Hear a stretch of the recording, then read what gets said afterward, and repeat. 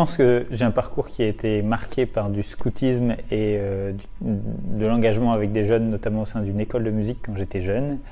Et donc je me suis lancé dans une école d'ingénieurs tournée vers l'entrepreneuriat qui s'appelle l'ITEM, avec la volonté de pouvoir mettre les compétences auxquelles je me formerai au service de l'entrepreneuriat social, de l'économie sociale et de la solidarité internationale. Dans mes études d'ingénieur, j'ai pris 2 ans à l'étranger pour découvrir un peu différentes manières de m'engager en solidarité internationale. Donc ça m'a permis de m'engager dans du social, dans du technique et dans de la communication sur des petites assos, grosses associations en Inde, en Amérique du Sud, en Amérique centrale et au Cameroun. Voilà. Et donc à la fin de mes études, je voulais voir comment est-ce qu'on pouvait appliquer ça avec un modèle économique pérenne en France. J'ai rejoint une entreprise qui s'appelle Le Relais, qui est une grosse structure d'économie sociale qui collecte et trie des vêtements sous forme de chantier insertion. Et assez rapidement, je trouvais que c'était intéressant mais que ça avait trop d'inertie pour moi, donc j'ai rejoint un projet qui émergeait doucement à Lens et on a créé avec toute une équipe bénévole l'école de production automobile de Lens, dont j'ai gardé la direction jusqu'en 2018, donc pendant 3 ans. Et après, j'avais d'autres projets, donc je suis parti faire 1 an de vélo en Asie du Sud-Est avec ma femme, et en revenant dans la région, j'ai voulu créer une nouvelle école de production parce que j'avais été convaincu par le modèle au service de l'insertion des jeunes. Et donc j'ai exploré différents secteurs d'activité et il se trouve que dans la confection textile, il y a un tel besoin de main d'œuvre, il y a un tel renouveau que ça semblait être un secteur très opportun pour accompagner des jeunes qui voulaient trouver une voie d'épanouissement dans une insertion sociale et professionnelle.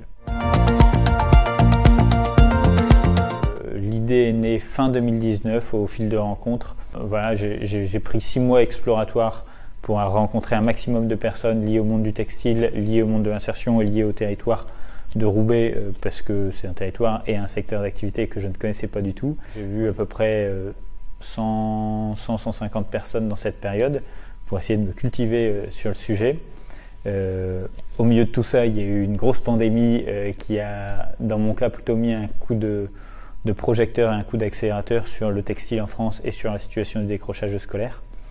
Et en juin 2020, j'ai réuni une trentaine des personnes que j'avais rencontrées pendant cette phase exploratoire avec cette question de voilà les données que j'ai collectées, voilà où j'en suis des informations sur le secteur, etc. Qu'est-ce que vous en pensez? Est-ce qu'on y va? Donc la réponse a été favorable, donc on a monté un comité de pilotage, on s'est donné 1 an pour monter le projet et en octobre 2021, l'EPIC ouvrait et accueillait une première promotion avec 8 jeunes. Donc, l'idée de l'école de production, c'est d'accueillir des jeunes tout public, des jeunes 15-18 ans et particulièrement des jeunes fragilisés scolairement ou socialement, pour leur proposer une alternative au lycée pro et à l'apprentissage, notamment pour des jeunes qui ne voudraient plus aller à l'école, en les mettant en situation réelle au sein d'un environnement protégé. Donc on est une entreprise-école ou une école-entreprise selon le point de vue, ça revient à peu près au même.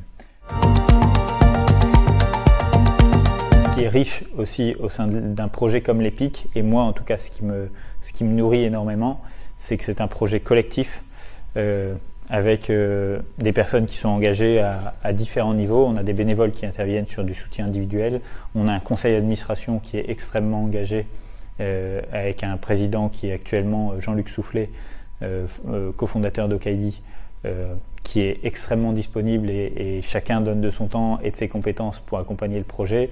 Et on a différents partenaires, que ce soit des partenaires sur de la production, que ce soit des partenaires pour l'identification et l'accompagnement des jeunes, donc partenaires plutôt éducatifs et sociaux, des entrepreneurs évidemment, et des partenaires financiers qui sont très nombreux. Et c'est ce côté collectif qui donne aussi du sens et de l'âme au projet et qui permet que ce soit possible aujourd'hui. Et c'est une grande richesse de pouvoir travailler avec ces sensibilités très différentes et d'avoir tout le monde impliqué pour un projet de territoire au service des jeunes.